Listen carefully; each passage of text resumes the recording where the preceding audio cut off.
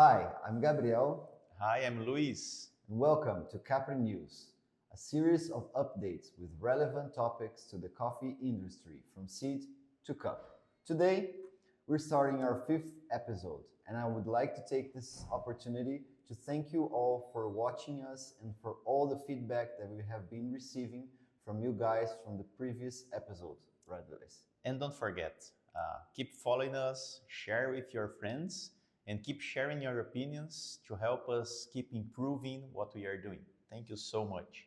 Yes, and don't forget, we're now on Spotify, so Yep. don't miss an episode and any updates. So now we are in June, and harvest season is in full swing, and visitation season is now open at Capricornio, and we have the great pleasure of receiving one of our great and long-term partners from the Netherlands, right, Luis? Yes, we had the pleasure of hosting Bo from the Netherlands, a great roaster and barista, high skilled one, with whom we have partnership since 2016. So Bo changed his role in the industry since 2016, but kept the consistency and the relationships. We spoke about different angles of the specialty relationship chain, including how important people, connections, and partners are in order to keep delivering quality and consistency. Also, as Bo visited us for the second year in a row, he could see the differences and the impacts that specialty relationships can cause at origin and can change people's lives.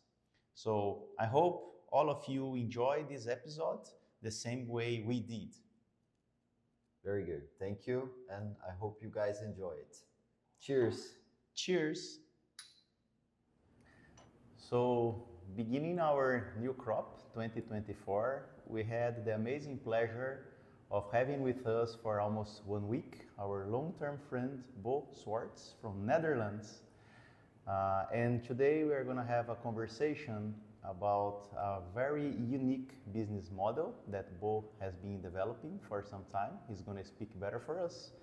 But I can anticipate that he's a long-term partner from Capricornio Coffees and have been a very valuable business partner helping to develop not only the growth of specialty coffees in our zones and our supply chain, but also supporting very small and unique farmers. So welcome my friend Bo, thank you so much for this opportunity. And I would ask you first if you can introduce yourself and give us some background about your coffee history. Thank you very much, Luis. It's my pleasure. It's a lot of honor. It's very nice to be here again for the second time. Yeah, my name is Bo. I'm a coffee roaster, first and foremost, and I've been working with coffee for a little over than 15 years. Basically, the classic route in Europe. You start as a barista, try to find some other ways, and then I got into roasting. Found my way, and 3.5 years ago I was able to start my own company and really try to set the foundations in such a way that I can be sure that we are ready for the future. And we can do what is really, really important to me, and it's putting the producers first. It's great.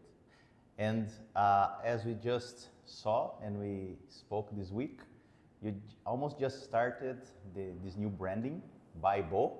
Yeah. Can you tell us about it? What is coming next, and Yeah. how are you developing this? Yeah.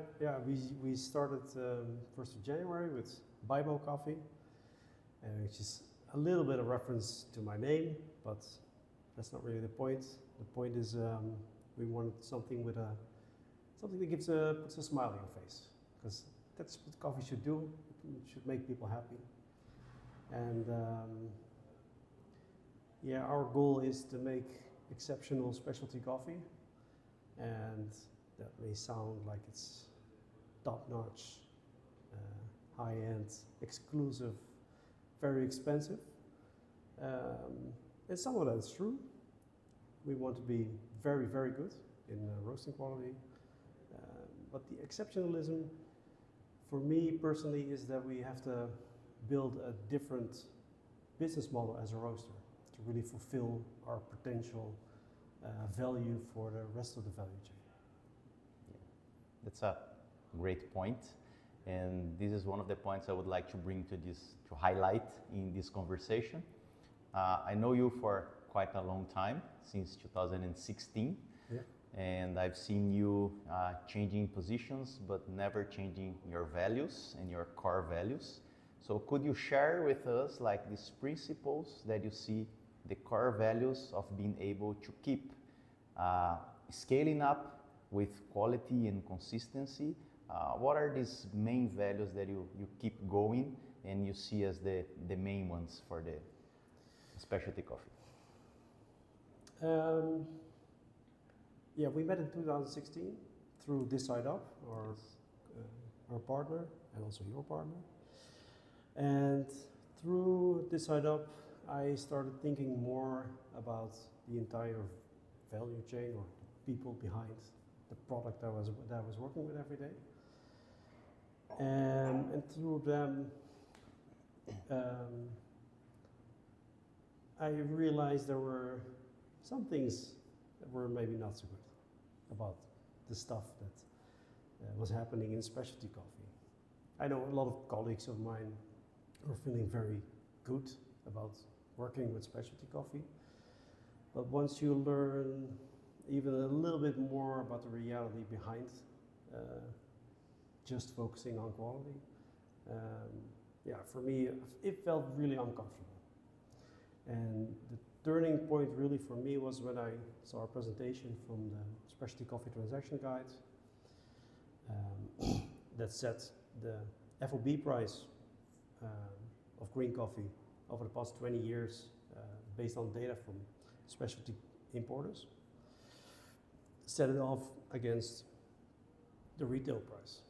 And till 2019, I think, you saw the FOB price declining and the retail price exploding like an exponential curve.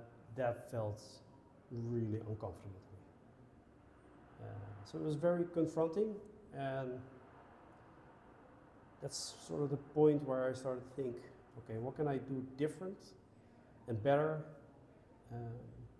that will have a significant impact on changing that. Yeah, and when I started my own company, I was able to start over from scratch and really focus on only exclusively working with This Side Up and build a price model, a business model that creates a direct correlation between the price that a consumer or a wholesale client will pay for a coffee and what I've paid for a coffee. Which is sometimes, if you have a very complex, complicated situation, as coffee is a very complex situation, sometimes the solutions are very simple. Yes, yes. And how have you seen like the development of this kind of model? So since 2016, we passed through different moments in terms of coffee price and also coffee supply chain. And let's also address like these challenges that we are seeing both sides. So from the supply side, we have a lot of impacts in terms of global warming, like weather instability. We also had this crisis in prices. One part for overproduction, other one for weather extreme conditions. What we also saw from your side, from the sales side, we went through a pandemic. We saw inflation, we saw the decrease of the purchase power of final clients. How do you see this kind of model where we share a little more the responsibilities and in a transparent way what is happening both sides? How do you see this working different from the conventional models that we have in coffee? I think if you are transparent as a roaster to your clients, and it can be very difficult if you're already an established operation. It's way easier if you're starting over. But I think if you have that transparency, you have a completely different conversation with your end clients than when you say, this coffee is, say, 50 euros and you're going to get a 30 or 40% discount. We have to build it from the bottom up, this side up. And yeah, I mean, there can be situations where people say, oh, this coffee is now 22 euros and I want 20 or whatever. But I think you can overcome all those challenges once you put all your cards on the table. Yep. That's the solution. And for a roaster, it's much easier to maybe use a different coffee slightly more to make it. You have a lot of flexibility in what you can deliver to your clients. If it's really a price point issue, there's always some kind of solution. But I think the main problem is if I as a roaster say I'm BYBO Coffee, I'm this big bold brand, I'm fancy and exclusive, my coffee costs 50 euros. I think that could work because people want Apple instead of a Windows laptop. Yes. They want expensive stuff, and that's a tricky part. So if you say this coffee is like a 10 or 15 euros kilo green coffee and you sell it at 30 or 35, people will perceive it as less valuable than some sort of micro lot that somebody bought two bags from a farmer and sells it at 50 or 60 kilos. So I haven't figured this out, but we have to find ways to communicate that the value is not only in the price. That's nice. This is a discussion that is coming more and more to the industry. And nowadays we are discussing about even this new SCA CVA protocol, where we not only evaluate quality or the intrinsic attributes, but also the extrinsic attributes. So how do you see European market? So you are in Netherlands, very well developed market for coffee, you have a high consumption per capita. How do you see consumers perceiving value? What is the demand of European consumers from what you are seeing in the final end that we could try to make some advices from the supply chain side, how to achieve these demands of which attributes are the consumers looking for? Honest answer, no idea. I mean, there are so many different kinds of consumers these days. I mean, some people are willing to pay 30, 40 euros for a 250 gram fancy packed, crazy processed coffee. And some still want their JDE 7 euros for 250 grams, for half kilo. Caffeine source. Just caffeine source. Yeah, exactly. Yeah. So, I don't know, but I think for me, yeah, it's more a matter of principle than a matter of like how does the consumer perceive it. I think as a roaster, I feel obligated to have a positive impact in the value chain. Nice. So my goal is not to maximize profits. It's to scale up, because if you scale up with quality, I mean, that gives you enormous power. I see it as a way, the scalability part, I see it as a way to create a much bigger market for the relatively more expensive or valuable coffees. Nice. I think that should be our goal, not to reach more people on Instagram with a Shopify account. That's a great point. From your perspective, like this is the second time you come to visit us in Brazil. Yeah. I think you probably visited other origins, so you see how it works. No, just Brazil? To my shame. Okay. So let's rephrase. So it's your second time visiting us in Brazil. Yeah. And you have this pretty close relationship with this special group of female producers, the Women in Coffee from Matão. Yeah. How could you describe this kind of relationship? And how do you see all this passion, this work that they pass through their history in their product? And from your side, could we also connect like all you are doing in terms of roasting, technology, the concepts you are applying to keep the same quality that was produced in origin and can do this right storytelling and present this product for your clients? Okay.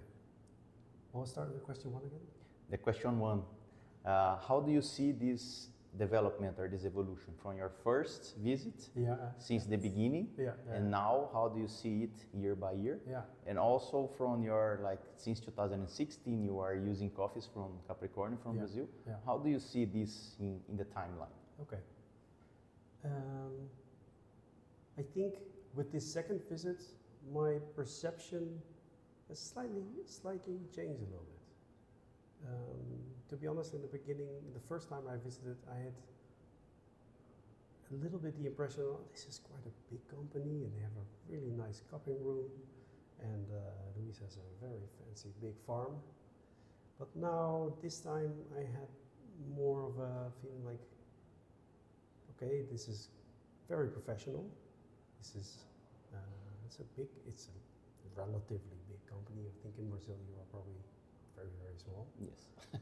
But I'm a simple roaster, huh? So the perception for me, your production space is like 50 times my warehouse. But this time,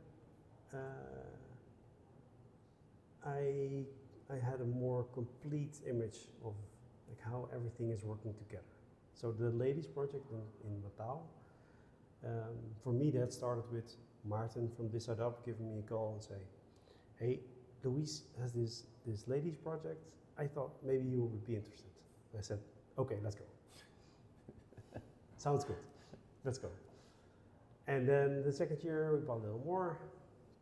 The third year I had a client who was growing a little bit bigger, and we decided, okay, let's use this coffee for that. And so we try to buy more every year. And then last year we came there for the first time, and I had opened probably 150 bags over the years.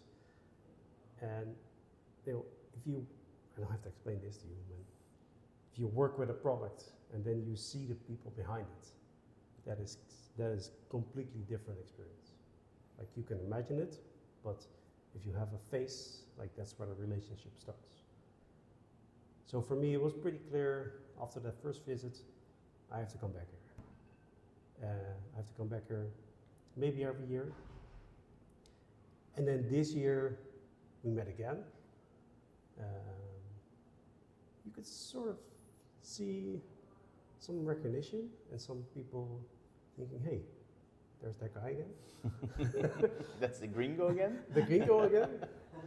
We even made a song about it. But I'm still a little bit in the process here, but now I'm experiencing the start of a relationship. Yes. Last year was like a first date, and this year is a second date, and then next year, see where it goes. Great. Yeah, but it makes it. Yeah, you feel even more committed than I already was. Yeah, we start creating bonds. Yeah, I mean, in the beginning it was like committed from the head, and now it's from the heart. Yes. So that's the difference. That's amazing. That's what I hope that relationship answers is your about. questions.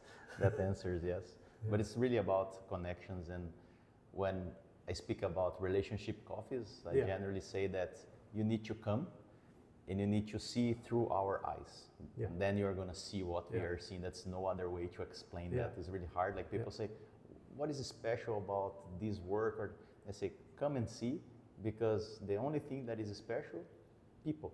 It's about people. People that make the difference. Yeah.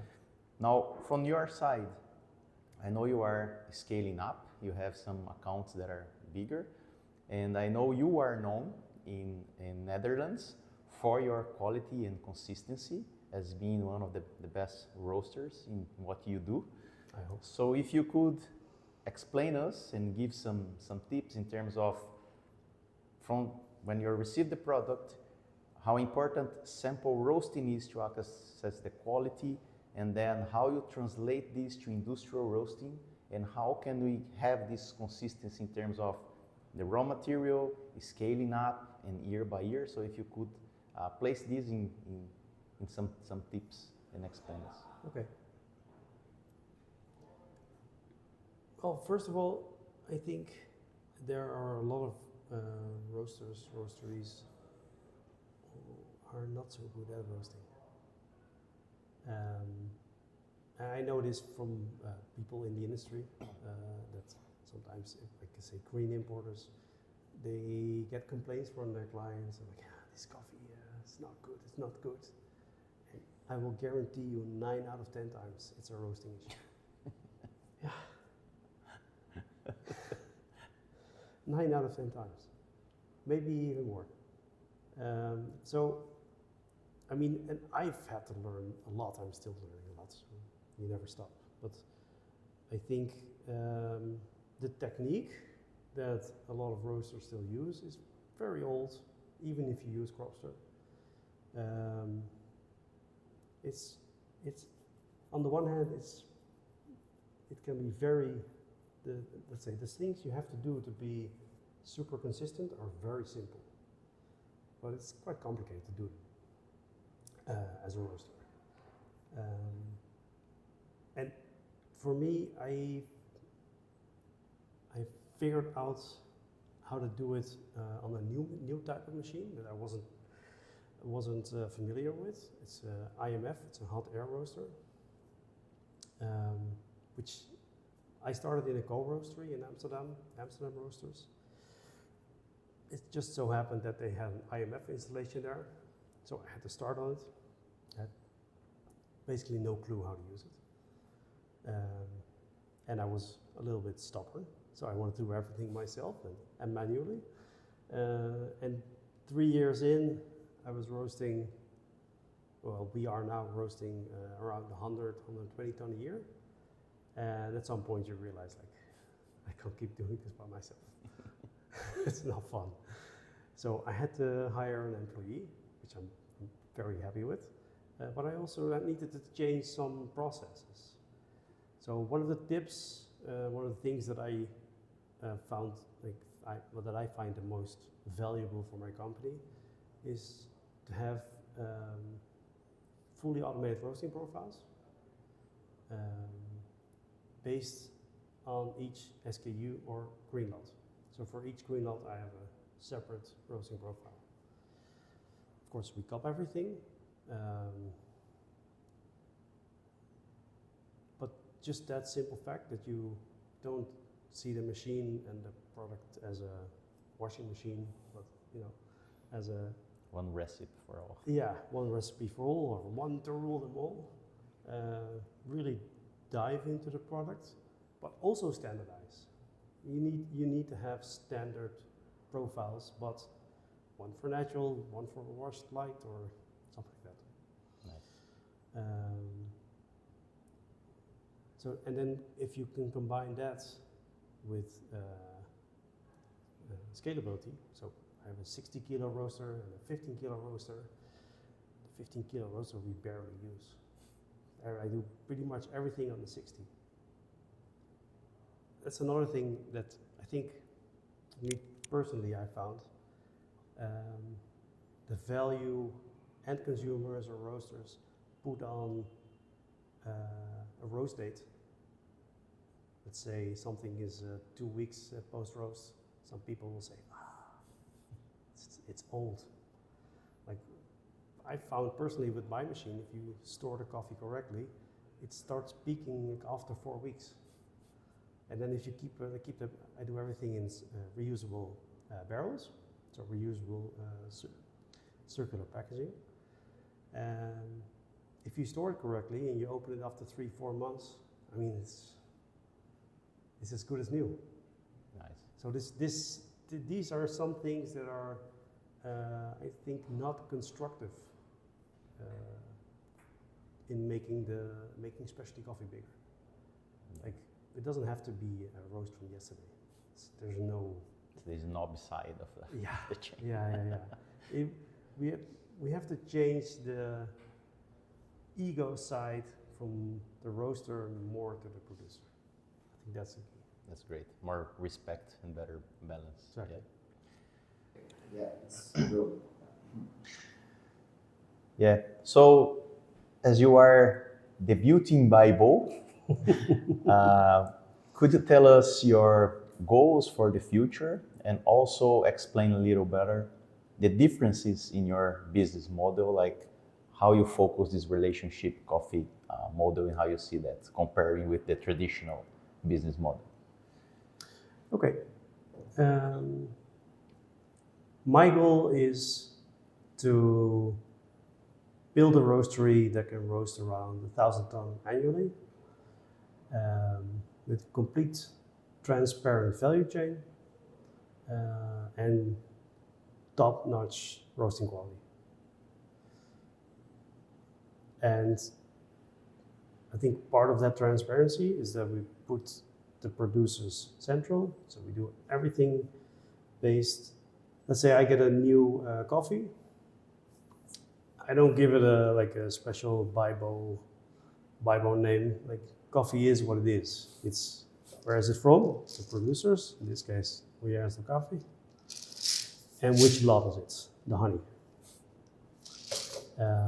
If I buy 10 lots from BYBO Coffee, I'll have 10 different names, 10 different prices.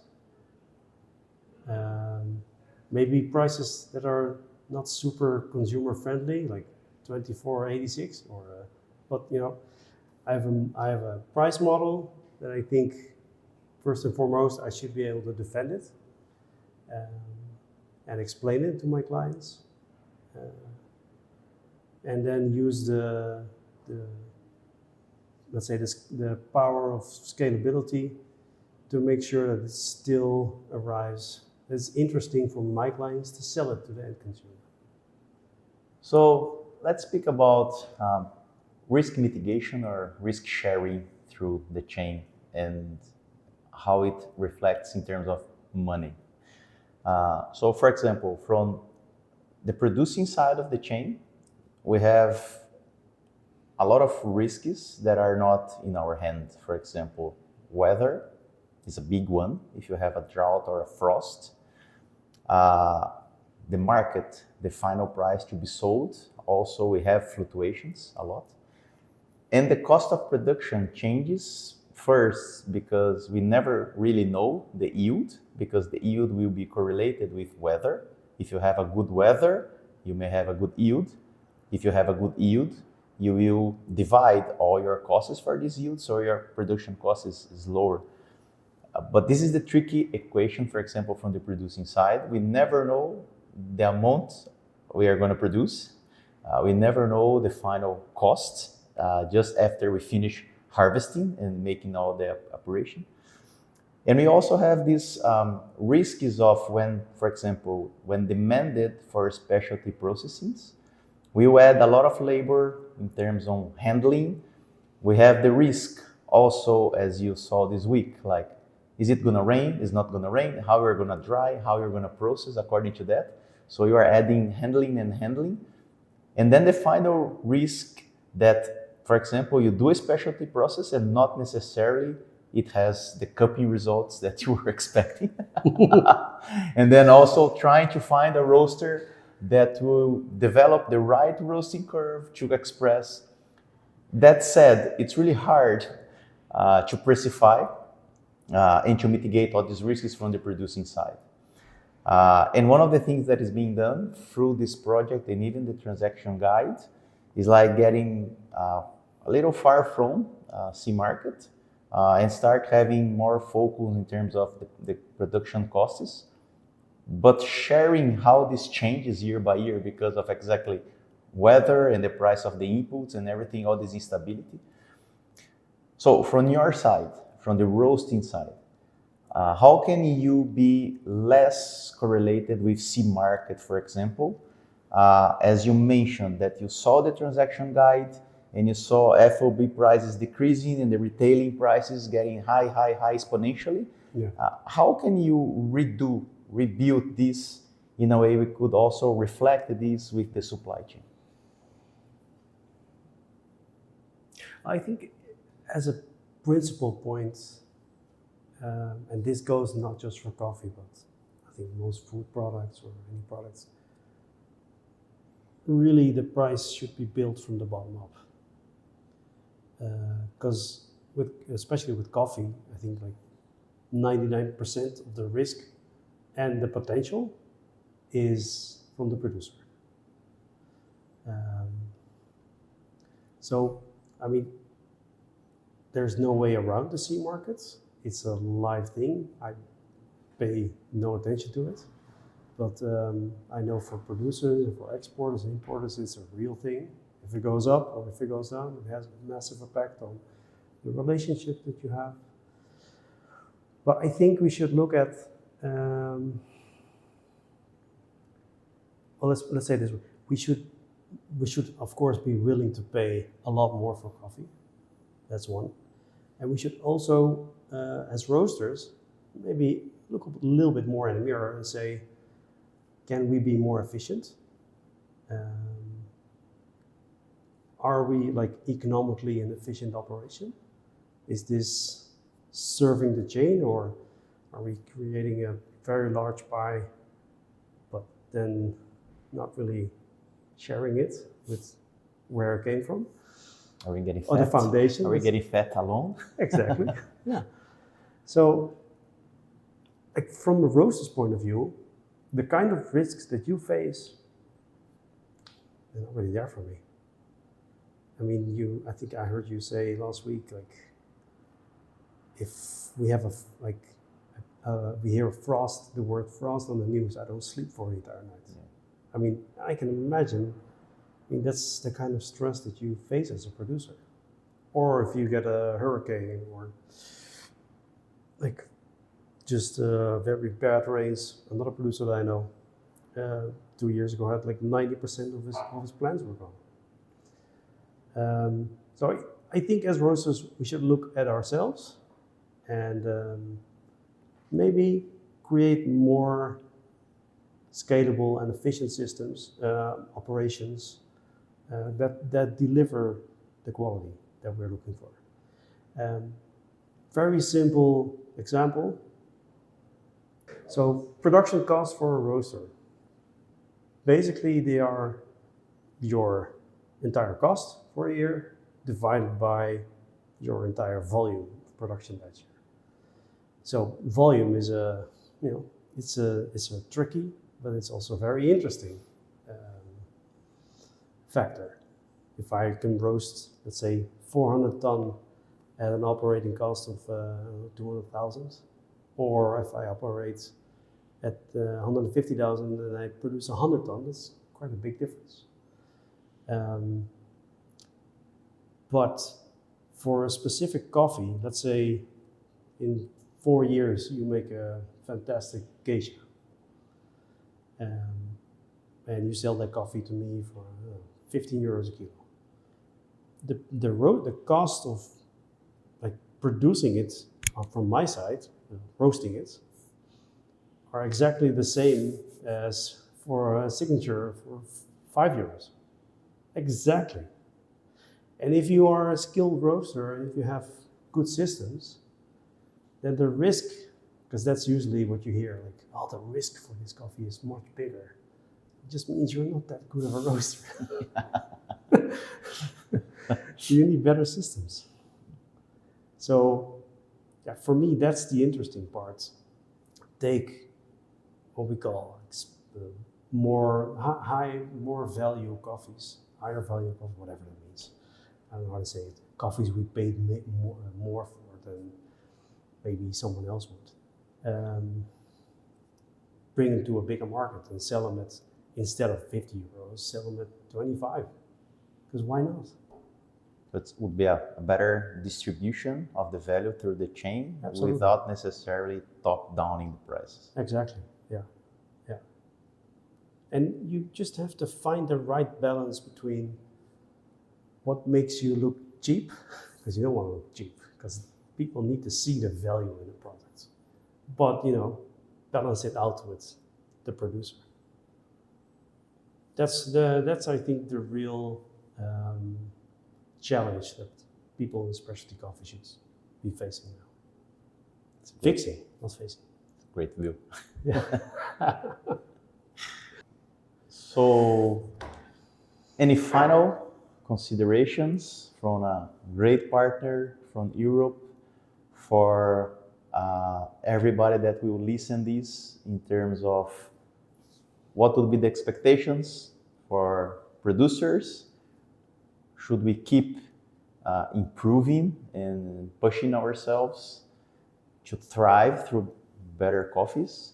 And how would see consumers could also get closer to these producers so we could better distribute this value through the chain?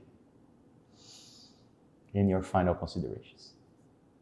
For producers or for roasters? Both sides. Both sides. Oh, that's a big question. I mean, what I've learned from you this past week is that it's not fancy equipment or crazy techniques or crazy fermentations that will make a big impact on the quality that you produce as a producer. It's very small, good practices. And like there are a lot of roasters who are not very skilled at roasting, and maybe with simple adaptations can produce better coffee. That probably also goes for coffee producers. Just simple, good practices. But I've only learned it from you. So you are the source. Science and skills. Science and train and practice. Yeah. Relentless entrepreneurship. Yes. Yeah, Nice. it's very inspiring. Nice. Yeah, for roasters, I would say